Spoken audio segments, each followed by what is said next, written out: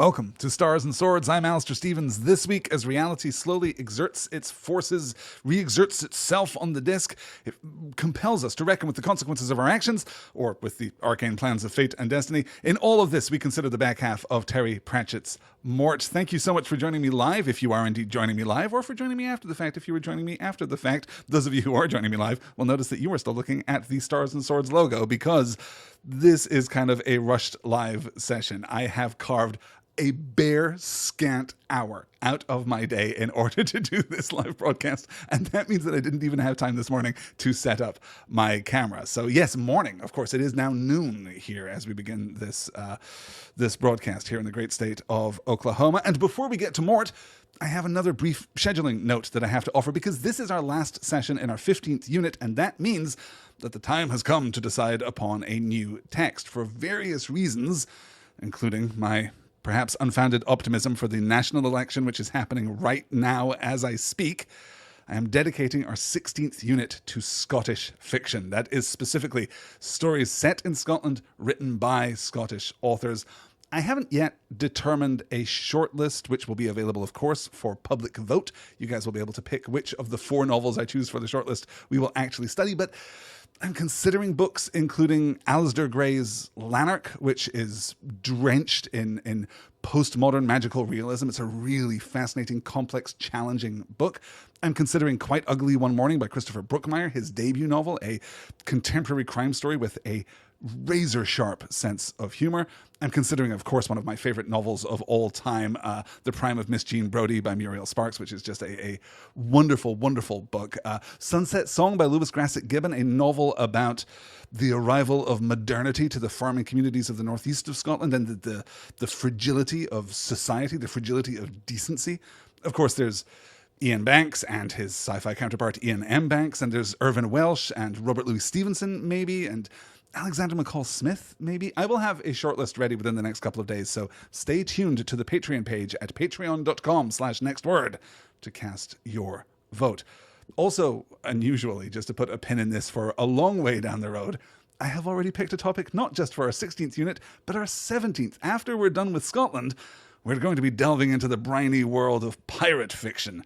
So stay tuned for that too. For now, though, let us conclude our study of Terry Pratchett's Mort, which has been just such a pleasure to spend the last few weeks reading. It's such a wonderful book, and yet part of the joy that I am deriving from this particular reading of this book is its imperfection, is its slight misalignment. It isn't quite yet all that Pratchett's novels are going to be down the road. Instead, it's got this prototypical form, which is itself revelatory of Pratchett's style, of Pratchett's interests, of the themes which compel him, and so much more besides. I think that there's a great deal of richness to this novel, and the fact that it is imperfect kind of makes it all the more endearing to me. Chris Stevens is joining me here live in the chat. Good evening, good afternoon, in fact. Chris, it's good to have you here.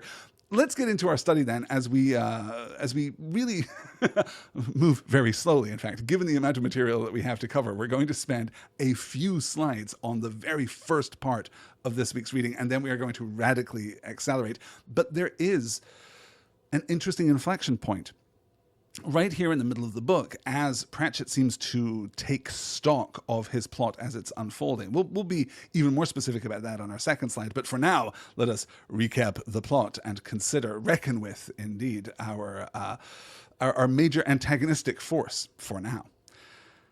Mort was the first person to notice.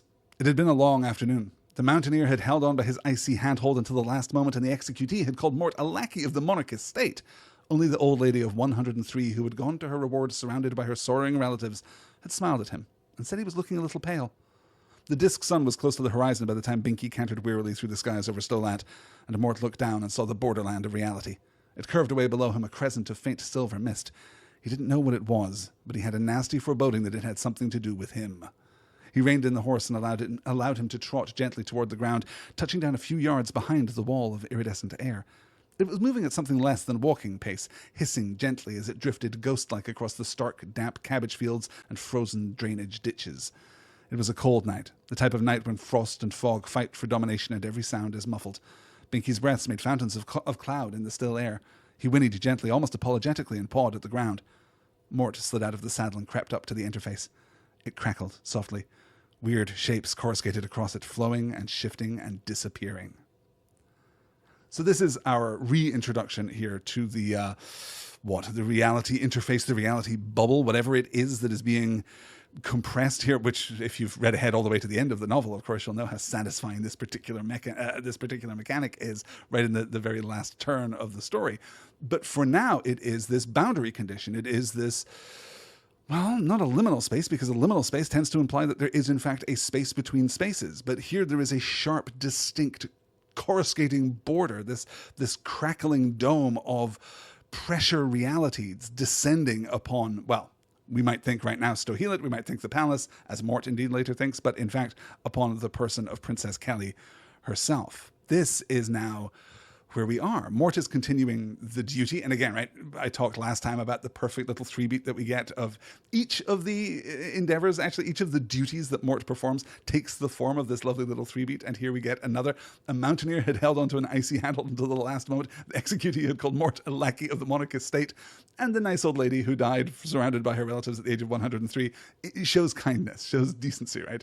Smiles at him and says he's looking a little pale, though even the paleness, the pallor there is ominous. So this resets us back to the idea that reality itself is responding to Mort's unwise, spontaneous action of saving Kelly from the assassin, and does imply, if not outright establish, a kind of man versus nature struggle, that something is happening in the world. It isn't conscious, it isn't aware, it isn't defined, right? Which is the underlying mechanism of man versus nature stories. If you've heard me talk before about how we set up conflict, how we set up protagonism and antagonism in pairs, that the protagonist wants to achieve something that is made impossible by the action of the antagonist, it can be difficult sometimes to extract from that, the kind of underlying principle of conflict in stories, how it is that man versus nature stories work, which they obviously trivially do, right? There are man versus nature stories in the world.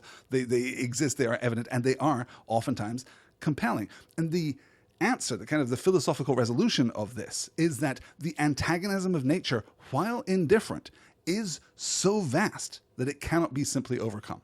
And that's what we're dealing with here. The nature of the universe itself is pushing back against Mort. That's what he has to fight against. Let's move quickly on to the next slide and see, as I said, Pratchett is really reframing our discussion here, really reframing the trajectory of the book as we've experienced it so far and as we will see it articulate through its plot movements toward the end here. And this is an even more specific example of that as we move on to slide 2. It might be worth taking another look at Mort because he's changed a lot in the last few chapters. For example, while he still has plenty of knees and elbows about his person, they seem to have migrated to their normal places, and he no longer moves as though his joints were loosely fastened together with elastic bands. He used to look as if he knew nothing at all. Now he looks as though he knew too much. Something about his eyes suggests that he has seen things that ordinary people never see, or at least never see more than once. Something about all the rest of him suggests to the watchers that causing an inconvenience for this boy might just be as wise as kicking a wasp nest. In short, Mort no longer looks like something the cat brought in and then brought up. Now, obviously, we're framing this out in an unusual way, though we're going to return to the idea of this book as a book much later in the story, right? Part of the final turn, and indeed the actual final couple of pages of this book really lean on the idea of Mort as the Book of Mort, which we'll study a little more closely when we get to it. But even here, you can see the intrusion of the narrative voice. It might be worth taking another look at Mort, says the narrative voice, to us directly, because he's changed a lot in the last few chapters.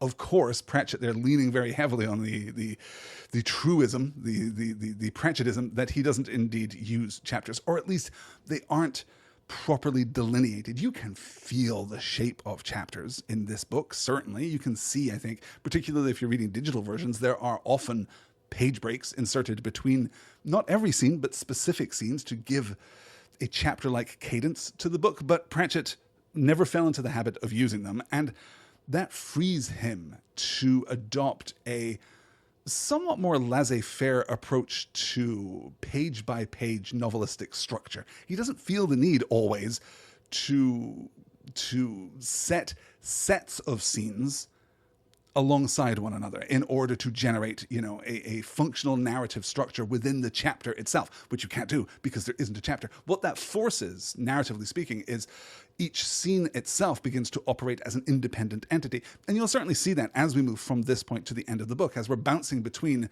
effectively three different storylines, right? As we're bouncing from Mort to Death to Kelly and Cutwell. We are following these three separate stories, and they are metronomic. We build up a sense of rhythm, though I will say, as I mentioned back at the beginning of this episode, that part of what charms me so much about this book is its imperfection, and it does perhaps feel as though this book could be maybe 10% shorter. It does feel as though we want to do the death jokes. We want to do the sequence of events with Death in Ankh-Morpork experiencing what there is to experience of human life, right? to delve into this pit of human vice and see what floats to the top, as it were. We want to do all of those scenes. And because of the metronomic nature of this structure, we therefore have to pad those with scenes of Mort, with scenes of Cutwell and Kelly, which leaves those scenes perhaps feeling a little inessential, perhaps feeling a little underdeveloped, underbaked. We kind of circle around the same idea a few times. This brief sequence, though, leads us into the inn, of course, and to what may be... It's difficult because there are a couple back-to-back here that we get, but this may be the most successful comedy scene in the entire book, and is also, incidentally, the introduction of Scumble, the dangerous drink made of mostly apples. The whole thing plays out in this really deft perspective trick, effectively, right? The narrative voice stays on Mort. It stays loyal to Mort, most importantly, and that lets the comedy happen in the background of the shot, as it were, right? We're not focusing on what is funny here. We're not focusing on what is odd here, and we're going to repeat this trick several times. In fact, in later books, this becomes part of Pratchett's toolkit. This becomes a thing that he is very capable of doing, very, very deft with. That idea of cinematically positioning the narrative camera, as it were, on a single character or in a single perspective, and then letting the other things in the scene play out without comment, leaving the reader to fill in the gaps, to infer what is actually happening here. It's a trick which Pratchett absolutely masters and returns to again and again. The beat here, particularly, the one that stands out to me is the beat in which one of the patrons suggests the landlord has been watering down the scumble and is immediately contradicted. It's just very good. And this is, as I say, Pratchett at his comedic best. Funny is one of the things that Pratchett does better than most everyone, which is, of course, an incredibly trite and trivial point to make. Hey, turns out that one of our greatest comedic fantasists is very funny. Yes, that is true. And we talk a lot about Stars and Swords here being products of Stars and Swords. We talk a lot here on Stars and Swords about stories being products of linear time, products of a series of specific moments that are themselves unique. Writers write stories in linear time, and the writers themselves are enmeshed in that linear time. The stories are also the product of linear mind, of creativity exercised successively over minutes and hours and days, weeks, months, years, each specific as a fingerprint. But this happens in part, I think, because obviously this is a podcast intended for a general audience. My job here, in part, is to draw in the listener and communicate to the best of my abilities what I think is genuinely, universally, broadly important about these books. You know, that desire to be accessible, though, I do think perhaps de-emphasizes the symmetrical uniquity, if you like, of the reader. You are as unique as the story. You are as unique as the storyteller. You are as much, inseparably, a part of phenomenological time. The you that reads this book today, or read it 20 years in the past, or will read it 20 years in the future, is as specific, as distinct as any other part of the process. And that is true, too, of me as I return to these books. And I mentioned previously, I think in our first episode on Mort, that Pratchett is absolutely fundamental to my sense of humor, right? Pratchett, very much in the company of Douglas Adams, in the company of Monty Python, in the company of all the various products of the Cambridge Footlights, right, of Fry and Laurie in particular, in the company of Billy Connolly, taught me very much what is funny. They taught me to understand and to appreciate comedy. But here I am, many, many, many years later now, and I've internalized that. That's not right there at the forefront of my mind as I read Pratchett. I love comedy. I genuinely do. I'm awestruck by the talent of those who can just choose to be funny. But as I return to Pratchett, I find myself invariably being more moved by profundity than the funny.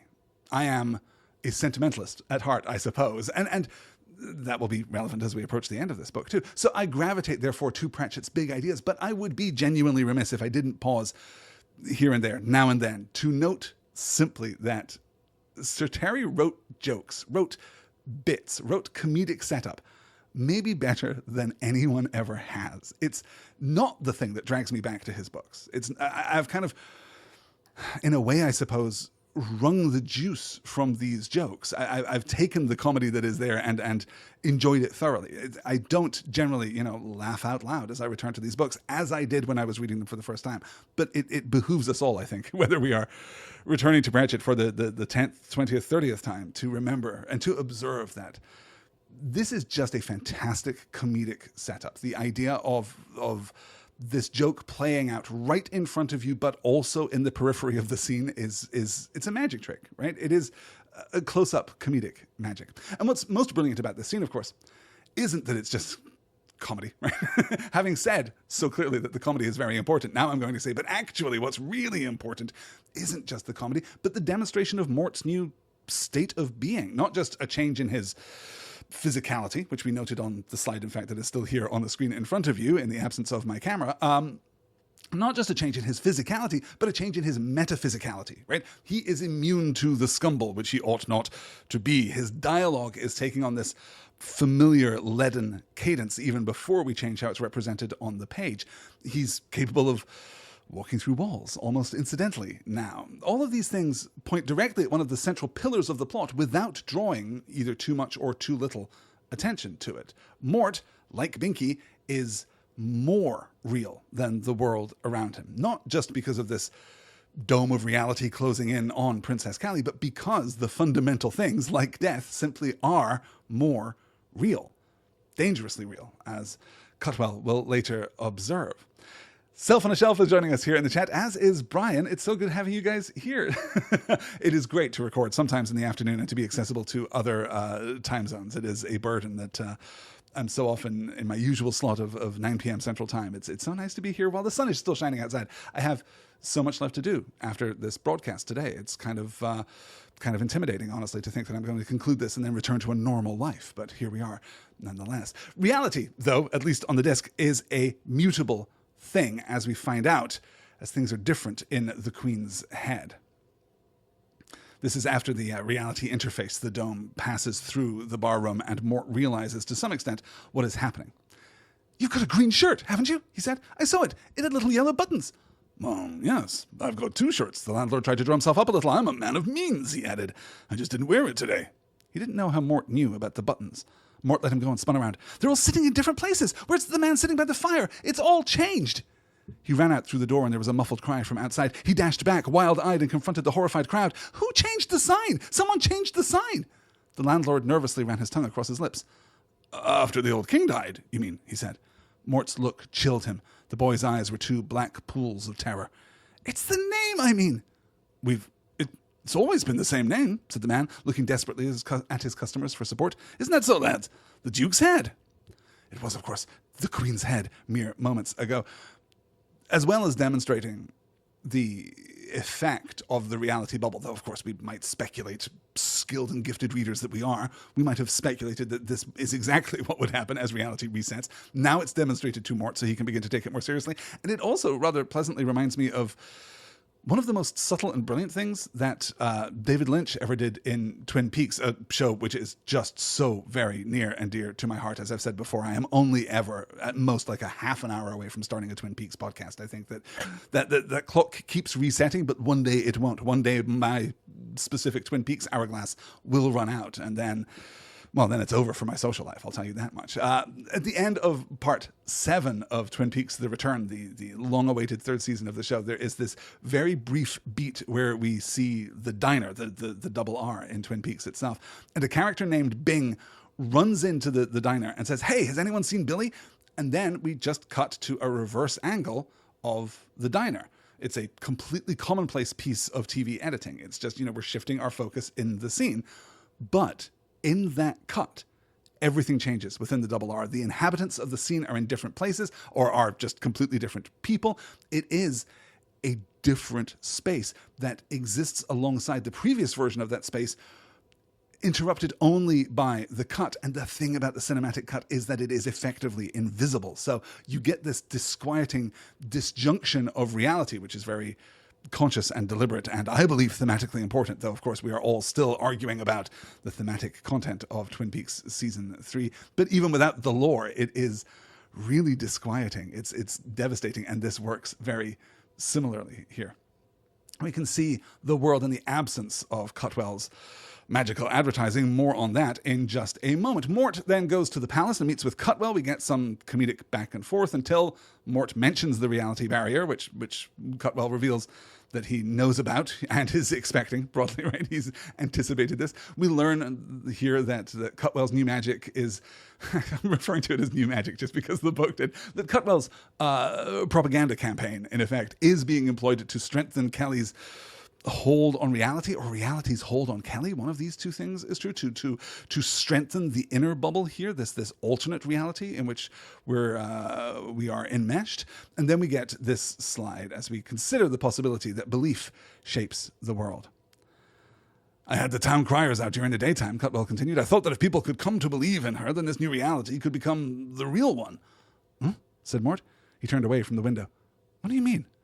"Well, you see, I reckon that if enough people believed in her, they could change reality. It works for gods. If people stop believing in a god, he dies. If a lot of them believe in him, he grows stronger." "I didn't know that. I thought gods were just gods." "They don't like it talked about," said Cutwell, shuffling through a heap of books and parchments on his work table.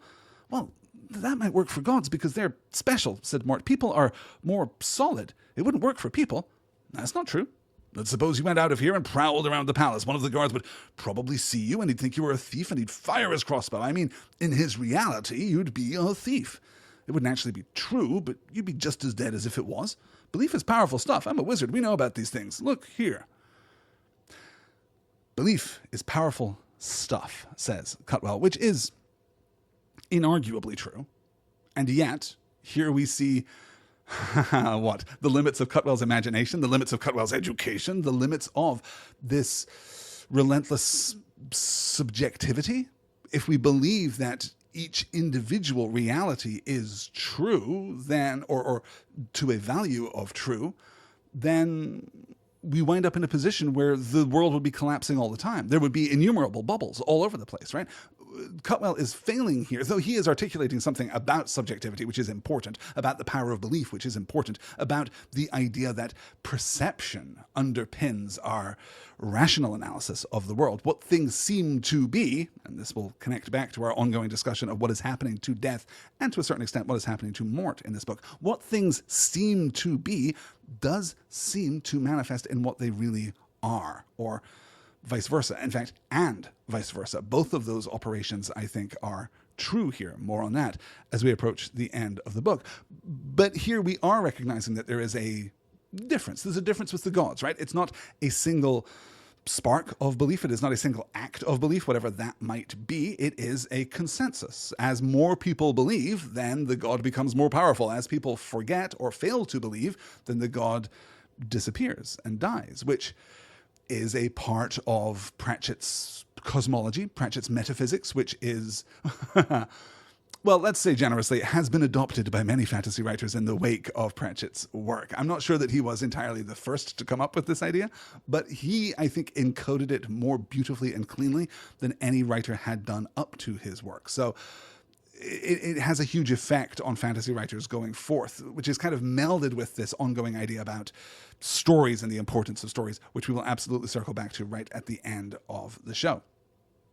We get here, I have to pick up the pace just a little, we get here the introduction of the magical grimoire, I suppose, of Alberto Malik the Mage, the founder of the Unseen University, who is said, of course, to have performed the Rite of Ashkante backwards and vanished. The Rite of Ashkante has already been introduced in the previous books. This is the rite that summons death, the personification of death itself. So we're getting here not just connections being made back to previous Discworld novels, but we're also getting active plot, obviously. Well, I don't know. I don't remember, honestly, the first time if I had guessed at the age of 10 or 11 or whenever I read this book for the first time. I don't remember if I figured out that Alberto Malik the Mage was, in fact, Albert. But whether I did or not, I suppose, it's still right there on the page. As an adult, I like to think that I would have, though I can't say for sure. And this is where we begin this tick-tock structure. This is where we begin the metronomic structure that I described earlier, because from here, we cut out to Ankh-Morpork, where Death is enjoying his evening off at the 10th anniversary celebration of the Patrician, right? Another kind of piece of red thread connecting Mort to the rest of the Discworld in a more direct and interesting way. We're drawing in more of what Pratchett has already done and what he will continue to do into the book, basically starting here at this midpoint. So we have him dancing the conga at the Patrician's anniversary celebration, which is a fun enough comic scene. Then we're back to the palace with Callie articulating her desire to die like a queen, if that's what it has to come to. Again, here, the comic subplot of Cutwell and his crossbow kind of playing out, or I guess the crossbow bolt which has passed through Mort, and then Cutwell performing impromptu scientific experimentation upon the poor boy. Of these things all happening in the background as the main conversation is taking place, kind of echoing exactly what I just called out in the scene in the inn earlier. And interweaving the two here, culminating in Cutwell shooting Mort in the back.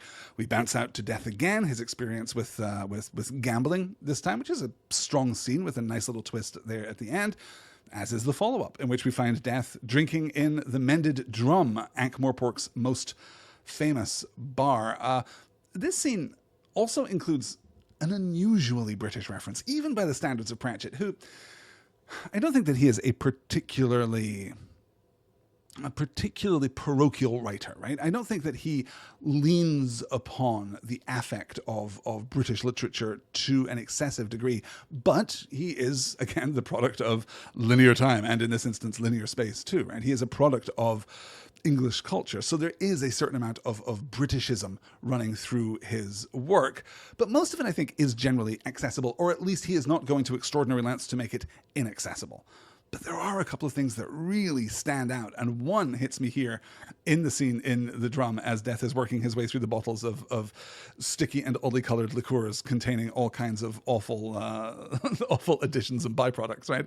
The landlord gets the idea of putting monkey nuts and gherkins on the bar as a small act of gentrification, and monkey nuts really hit me as being atypically British. It means simply peanuts still in the shell, right? It gets the name rather benignly. I had to go and look this up to make sure that it wasn't, rooted in rampant imperial racism, that kind of thing, right? But instead, monkey nuts get their name because visitors to London Zoo in the 19th century would buy small paper bags of peanuts still in the shell to feed to monkeys. Just a very odd construction there in the middle of the book. Hugh is joining us. Good evening, Hugh. Fashionably late is still fashionable after all.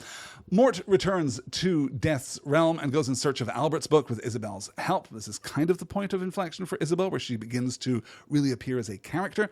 We bounce out again to Death watching the sun rise over the Ankh. We get the scene with Albert refusing to help. Then we have the scene with Death having the job interview. It's just all of this bouncing, right? We're again, maintaining this metronomic system, but it does leave some of these scenes feeling a little slight. They have to exist because they are necessary to buffer two other scenes, is effectively what we get. And then we get the flow of reality into Mort, right? We get the idea that what is happening to Mort is coming from somewhere, that he is not independently changing as Death is also independently changing, but there is an exchange between the two of them. Let's take a look here. Ouch. Keeble watched expectantly. Go on then, he said. This is an ordinary wall, is it? I assume so. I'm not an expert. It seems to be presenting me with some difficulty. So it would appear. What do you call the feeling of being very small and hot? Keeble twiddled his pencil. Pygmy? Begins with an M. Embarrassing? Yes, said Death. I mean, yes. Another of Pratchett's ongoing jokes. One of the beats that you can always rely on Terry Pratchett to go to is the spelling joke. He just loves a spelling joke. I cannot remember how many books have some version of the joke, including this book, have some version of the joke. Oh, it's written in old. That's before they invented spelling.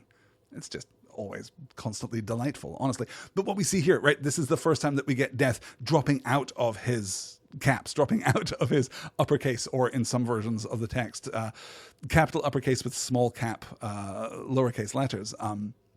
This is the first time that we see him drop out, and crucially, he is aware of it in this moment, right? So as Mort is inadvertently walking through walls and having crossbow bolts shot through him, so Death now finds that this definitive quality of his being, of his anthropomorphic personification, has now fallen away from him, not in a way that is under his control, but in a way that has, well, simply happened to him. The sequence here with the job interview is, I think, generally quite good here.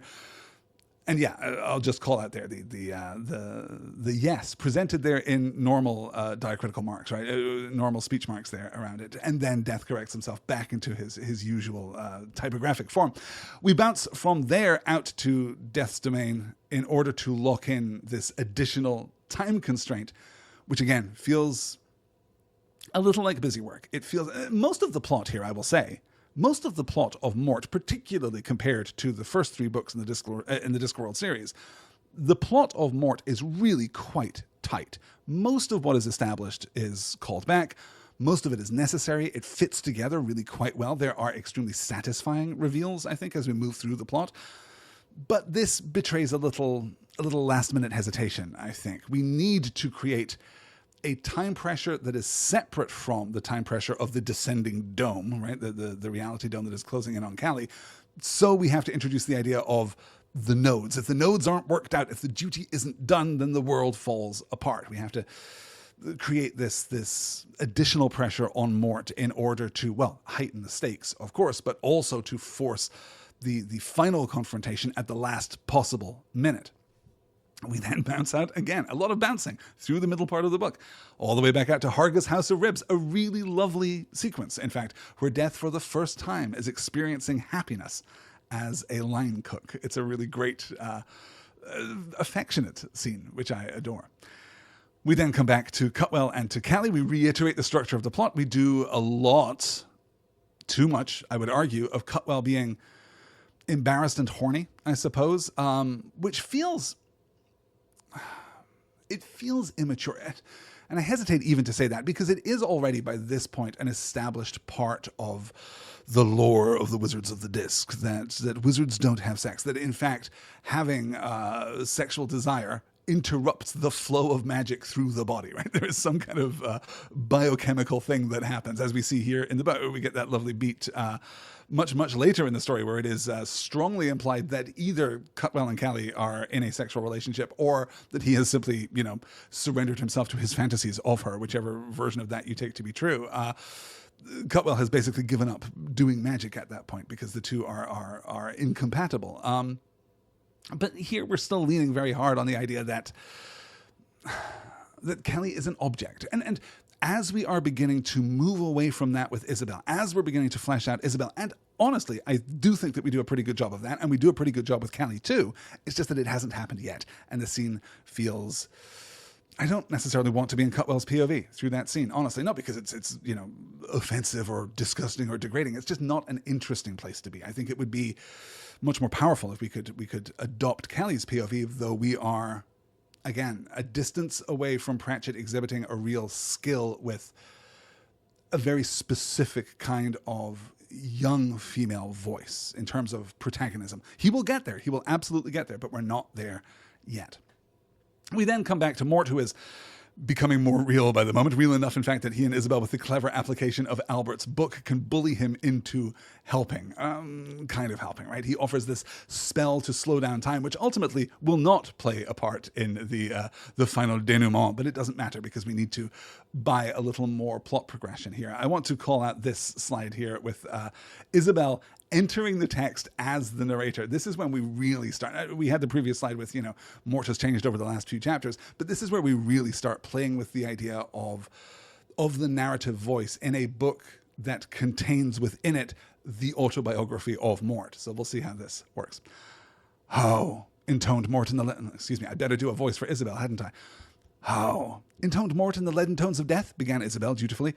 Yes, all right, you needn't bother with my bit, snapped Mort irritably. Oh, pardon me for living, I'm sure. No one gets pardoned for living. And don't talk like that to me, thank you. It doesn't frighten me, she said.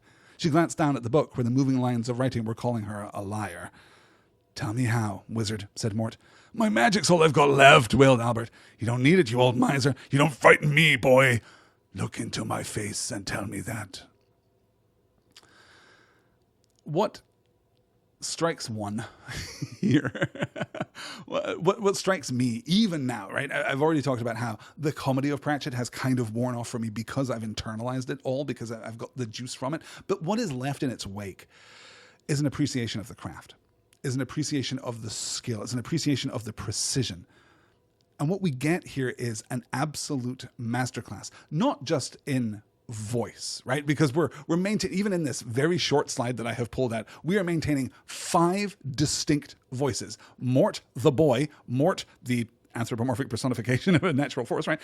Albert himself, Isabel, and the book. We also get Isabel narrating the tones of the book itself. So we're getting this incredibly complex array of voices, yet each is distinct, each is punchy. Even figuring out the right punctuation here on the page, I think, would be a challenge for any writer. Never mind keeping the pacing, never mind keeping these 5 distinct voices, all present, all clear. There's never any confusion about who is speaking, even if you stripped out all of the attribution, right? Even if you stripped out said Mort, wailed Albert, you would know not just who was speaking each line, though that is an incredible skill in itself, but how these characters are relating to one another in that moment. It's brilliant, brilliant technical writing.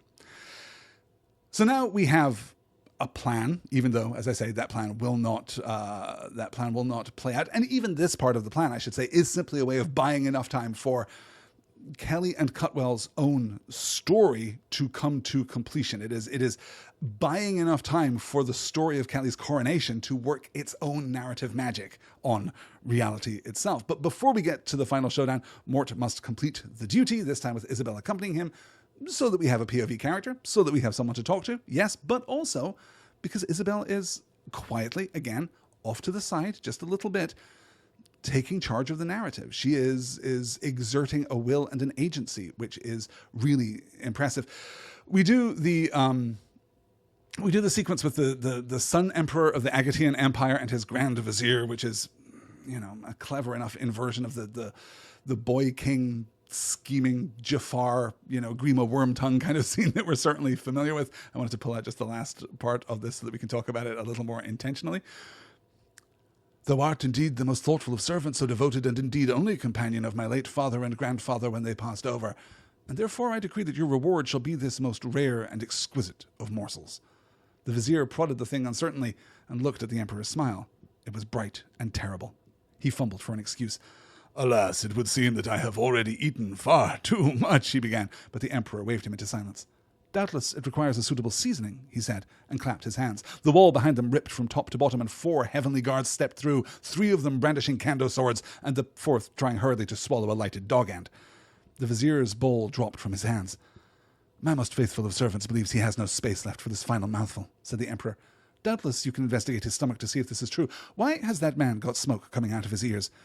Anxious for action, O Sky Eminence, said the sergeant quickly. No stopping him, I'm afraid. And this entire sequence, much like the Clatchian family that we discussed in the last session, who sold Mort his horse, much of the sequence relies upon just hilarious foreign stereotypes, right?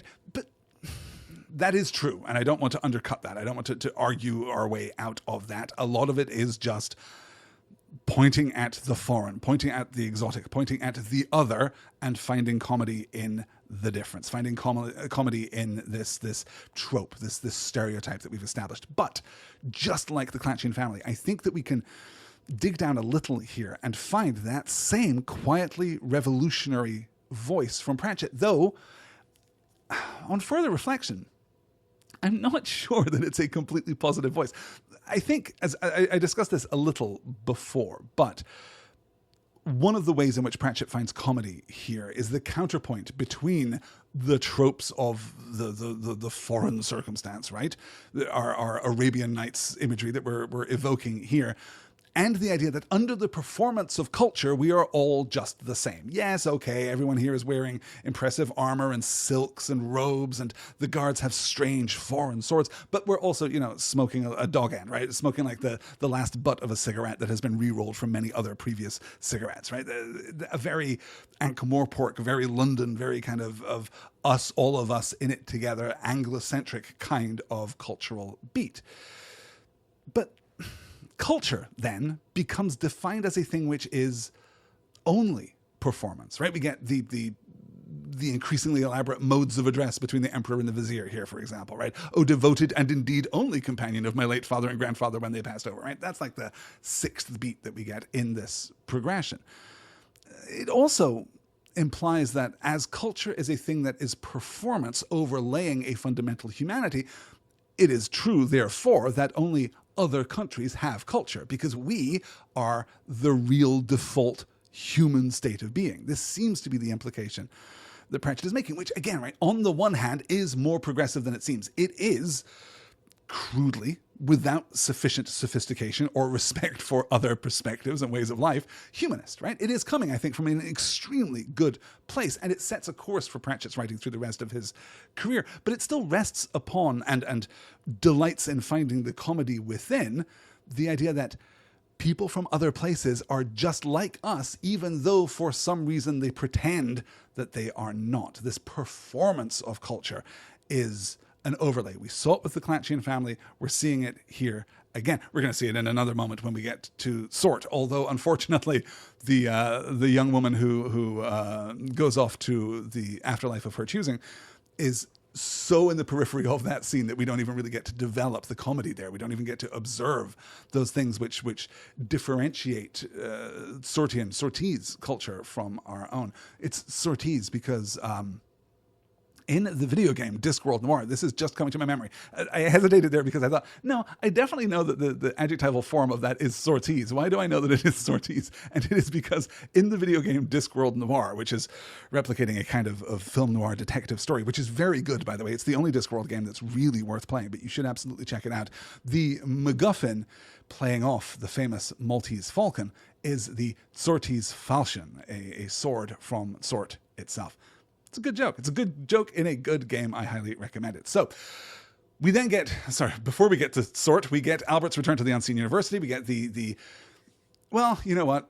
I'm a little short on time. I will say that the connections, the contrasts, the dynamic here between the represented as working class Albert and the representatives of the dreaming spires of academia, right? Framed particularly in the context of the conversation we had about Pratchett and Adams last week. Those connections, that dynamic, what Pratchett is really saying, are left as an exercise for the reader. We then cut back and forth between this sequence and Mort descending upon Sort, the stand-in for Egypt in this tour of the foreign cultures of the disc. It's fairly by the numbers. At this point, of course, Mort is beginning to truly become death, I guess, or, death is whoever does death's job, as we're told. We also cap this beautiful progression here through the text. We managed to land a recurring beat in a really satisfying way, which isn't just, a product of Pratchett's remarkable skill as a stylist, but really lands a deeper theme. Way back in the beginning of the book, at the death of the king of Stolat, right, the inciting incident, if you were, this is Kelly's father when he dies, we get the first exchange in which Mort observes that there is no justice. Death then confirms there's just me. Then, when Mort comes back after his first time performing the duty on his own, Death repeats. He underscores it, right? There's no justice, there's just you. Then when Mort confronts Albert and forces him to help mere pages ago, he does the voice and says, there's no justice, there's just me. So we go from there's no justice, there's just me, meaning Death. There's no justice, there's just you, meaning Mort. There's no justice, there's just me, meaning Mort as Death again. And here we get the rather brilliant, there's no justice, there's just us.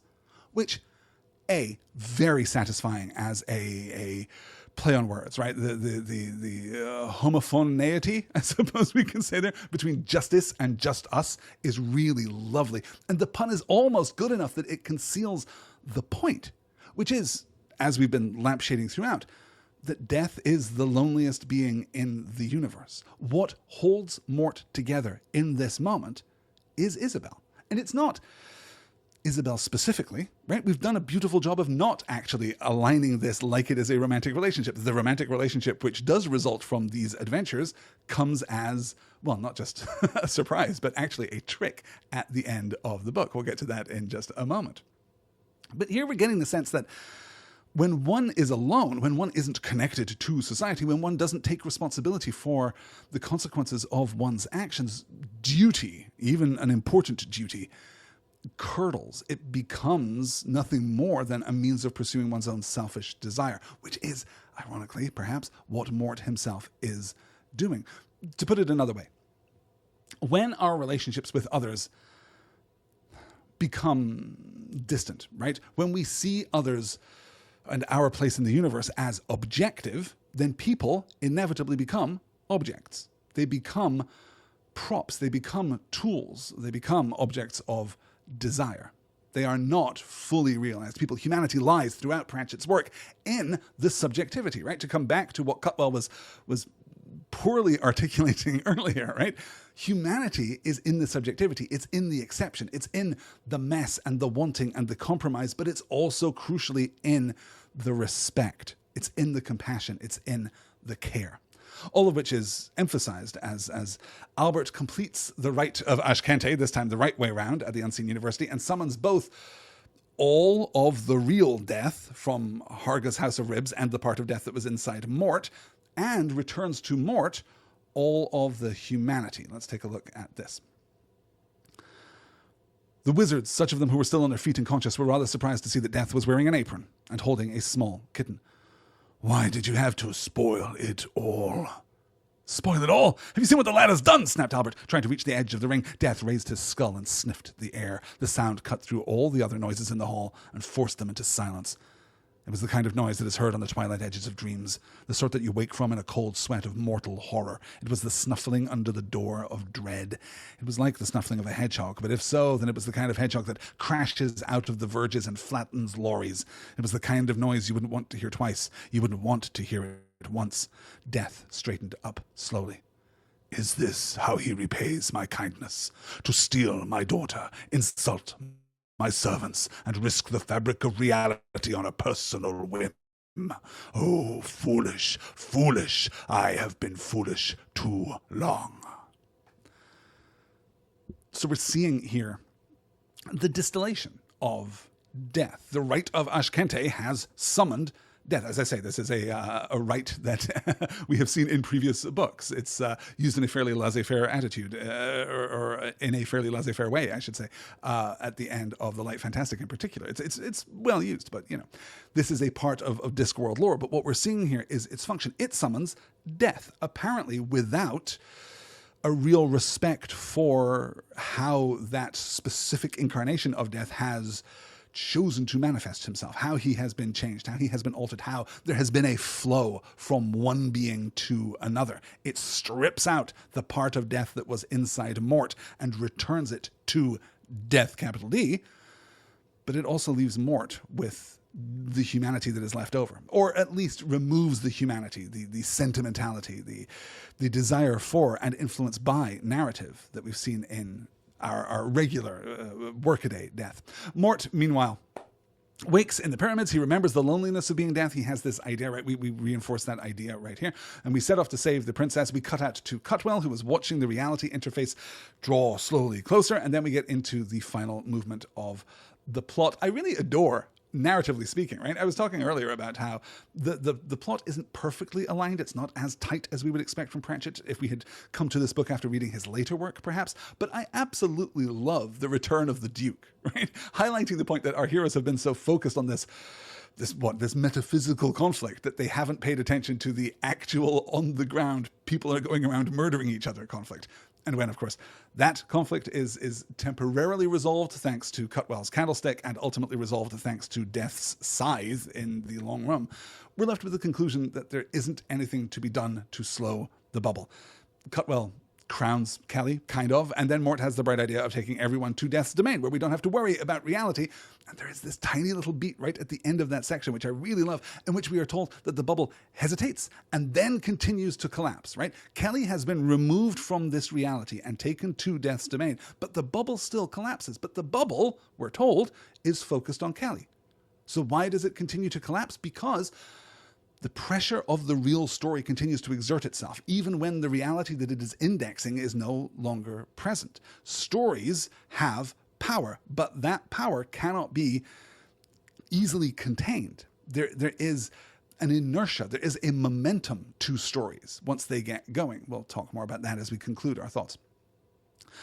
So then we get to Death's domain. I'm looking here. Oh, we still have so many extra slides.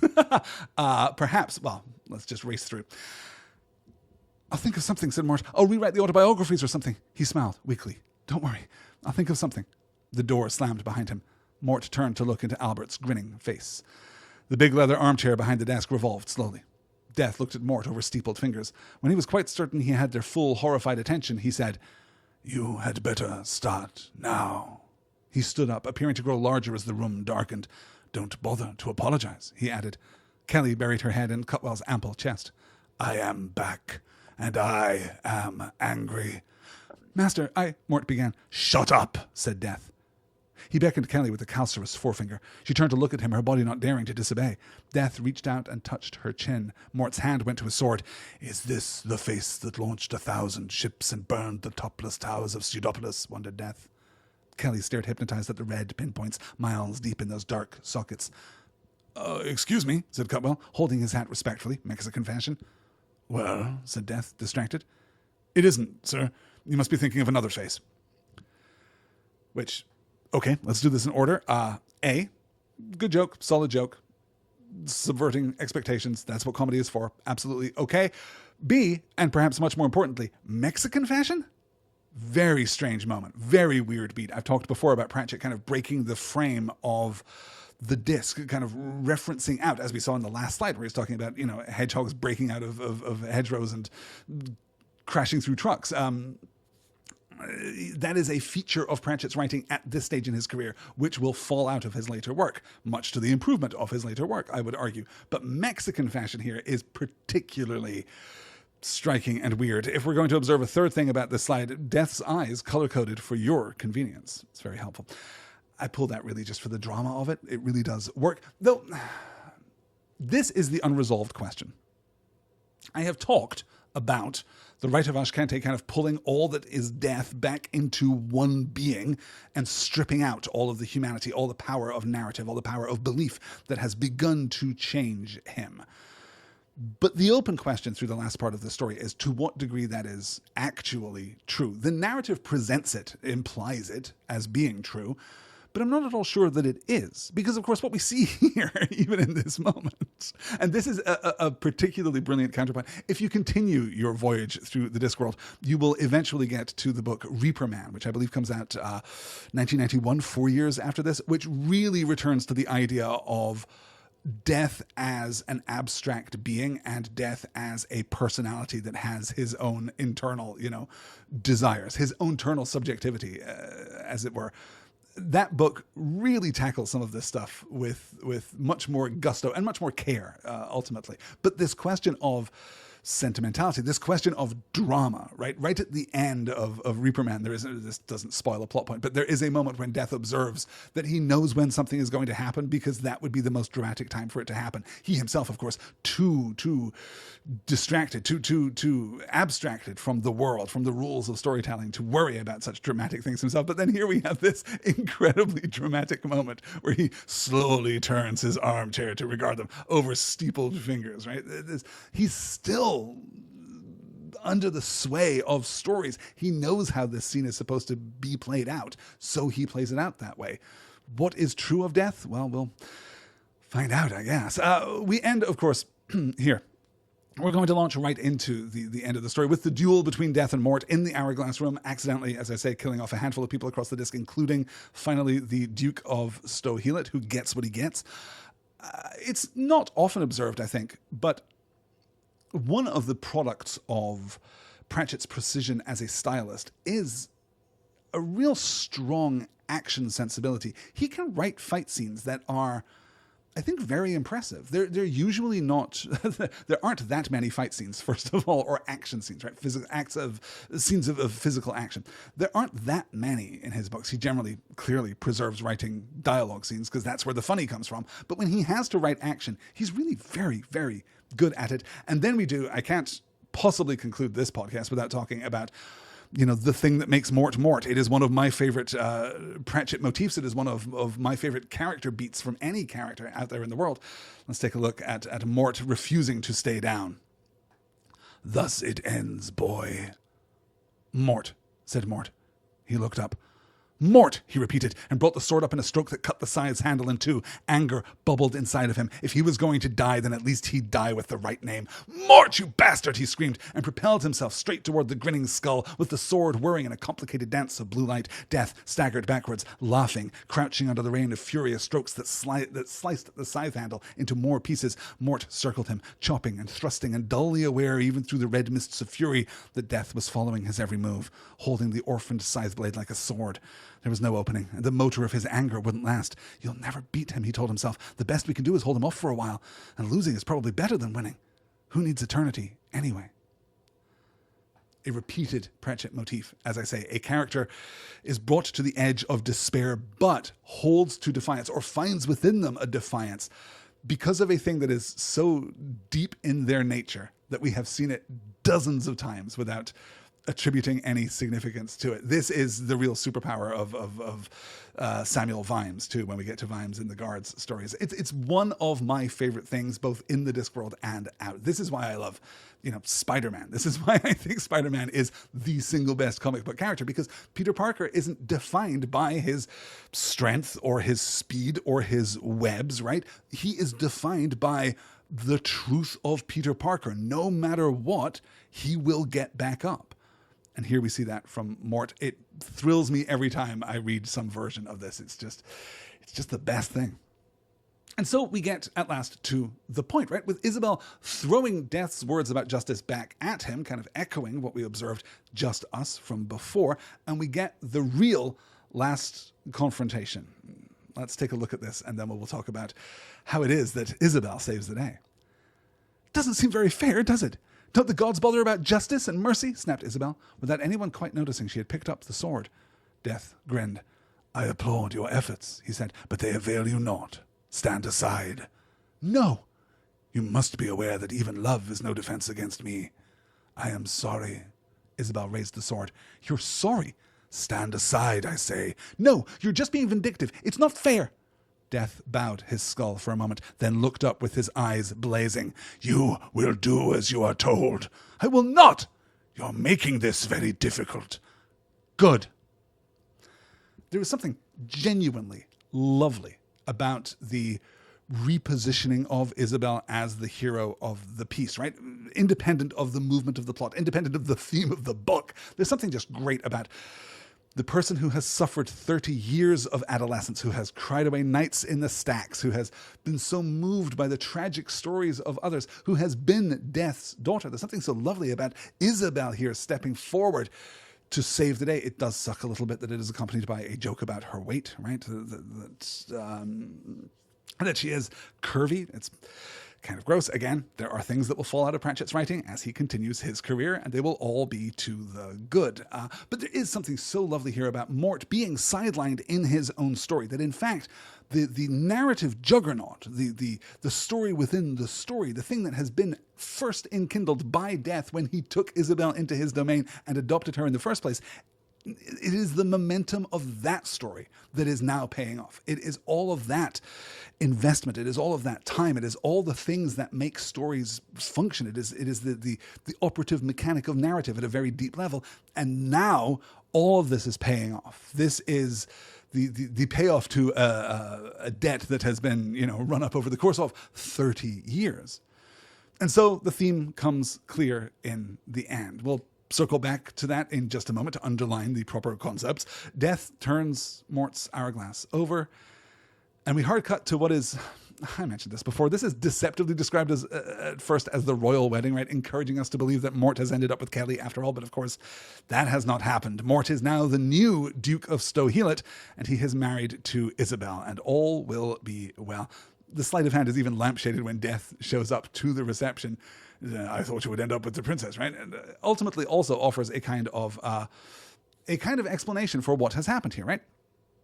What happened? He said. I've got to know. 1 minute we were in the long room and the next we were in a field outside the city and we were really us. I mean, reality had been altered to fit us in. Who did it? I had a word with the gods. Death looked uncomfortable. Oh, you did you? Said Mort. Death avoided his gaze. Yes. I shouldn't think they were very pleased. The gods are just. They are also sentimentalists. I've never been able to master it myself, but you aren't free yet. You must see to it that history takes place. I know, said Mort, uniting the kingdoms and everything. You might end up wishing you'd stayed with me. Again, the ongoing question of Death's sentimentalism, because of course the irony here, I wanted to say the unspoken irony, but it is so loud in the room that it cannot truly be unspoken. The evident and manifest irony here is that Death speaks with the gods because his daughter asked him to, because his daughter was defiant in that moment, because he wanted to find another way out. That's established right at the beginning of the duel when we're told that Death wants Mort to win. He's not going to go easy on him. He's not going to let him win, but he wants him to win. There is still a desire there. There is still sentimentality, as I say. Because we're close to time, I will have to skip over some of this just a little bit, but I think the underlying kind of thematic point is clear here. I mentioned Reaper Man. If you want to pursue this study of death, Reaper Man is great. That's the 1991 book. You can also read Soul Music from 1994, which is only tangentially a death book. It is about the arrival of a supernatural kind of rock and roll music to the disc, which is really great. It's one of those books in the thread of, but what if a real world thing happened on the disc? How would it play out? And those books are basically always worth reading. What's important about Soul Music, if we're interested in the ongoing story of death, is that it introduces, spoilers, the character of Susan Stow-Heelot, the daughter of Mort and Isabel, which she's just terrific. She really comes into her own in the novel Hogfather, which is released in 1996, a novel in which the Santa Claus figure, the Santa Claus analog of the disc, is assassinated as part of a complicated arcane plan to basically destabilize reality and then restabilize much more forcefully reality. The Santa Claus of the disc is assassinated and Death has to fill in the role himself in order to preserve reality. It is highly, highly recommended. Much more importantly, and here our closing thought, right, to wrap everything up and to consider what it is that Pratchett is really saying about stories in Mort. That is the point, I think, right? Stories are magical, yes. Belief is powerful, yes. But that magic, that power is a double-edged sword. By telling a story, you enfold yourself into it, right? As Pratchett will later say in the novel Witches Abroad, people don't shape stories, stories shape people. Death tells a story about being a father, and it becomes so true that it changes him, that it transforms him. It is a kind of inadvertent autobiographical determinism, right? He tells the story of his life, and that story becomes a real thing. It changes how he interacts with the world. And this happens in ways that he doesn't completely understand, in ways that he cannot, even here at the end of the book, fully acknowledge. At the same time, the story of, the fairy tale story of the hero marrying the princess is subverted here in this book. Even the story of the Duke of Stohilid ends with him being casually dispatched, right, as a result of a conflict that he isn't even aware of. Stories are not perfect. They are not the underlying magical principle of the world. They can falter, they can fall short, they can also spiral out in unexpected directions. Stories are magic, but they're not gentle. They're not safe. There is a power to stories, but it is the power that a stick of dynamite possesses.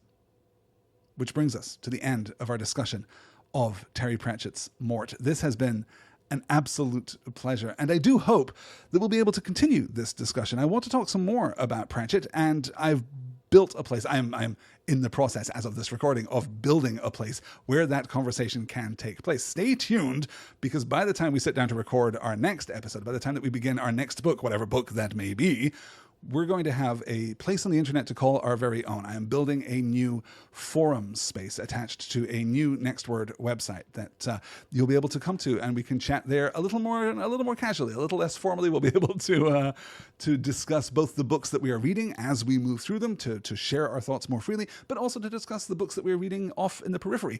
As I said, I went back to read some Douglas Adams in the course of the last week because I wanted to be sure that the outright slander that I was slinging at Douglas Adams over the course of the last few episodes of Stars and Swords was founded.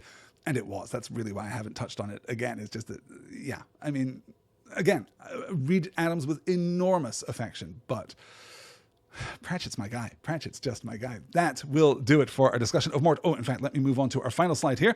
This is our upcoming schedule. You will see that next week on May the 12th, we will be returning to Baron and Luthien, part 2 of Baron and Luthien. In fact, I believe that show has already been rescheduled since I made this slide. I believe that it will be May the 13th. It will be the Wednesday night next week, so that we can get together and talk about the second part of Baron and Luthien, where we're going to move through the back half of the Tale of Tenuvial and get into the sketch of the mythology. Certainly, we're going to be looking at how Tolkien begins to consider this story after he has basically written it, right? After we get the first version of the tale, how does he apprehend it? How does he understand it? How does he begin to fit it into the rest of his continuity? And then we'll be back with our Scottish novel on May the 19th.